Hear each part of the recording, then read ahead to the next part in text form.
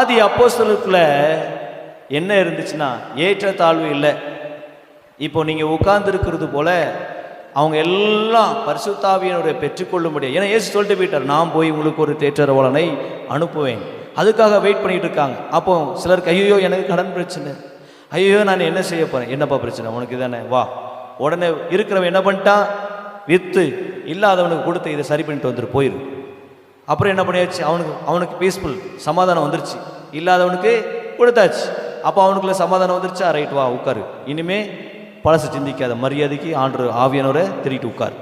சரி, அடுத்து உனக்கு என்ன பிரச்சனை, என் புருஷன் எப்போ பார்த்தாலும் சண்டை போடுறான், வா வா கூட்டிகிட்டு போ. எப்போ உனக்கு என்ன பிரச்சனை, மரியாதைக்கு சண்டை போடாமல் உள்ளே உட்கார் அப்படின்னு ஒரு எக்ஸாம்பிளுக்கு சொல்கிறேன்.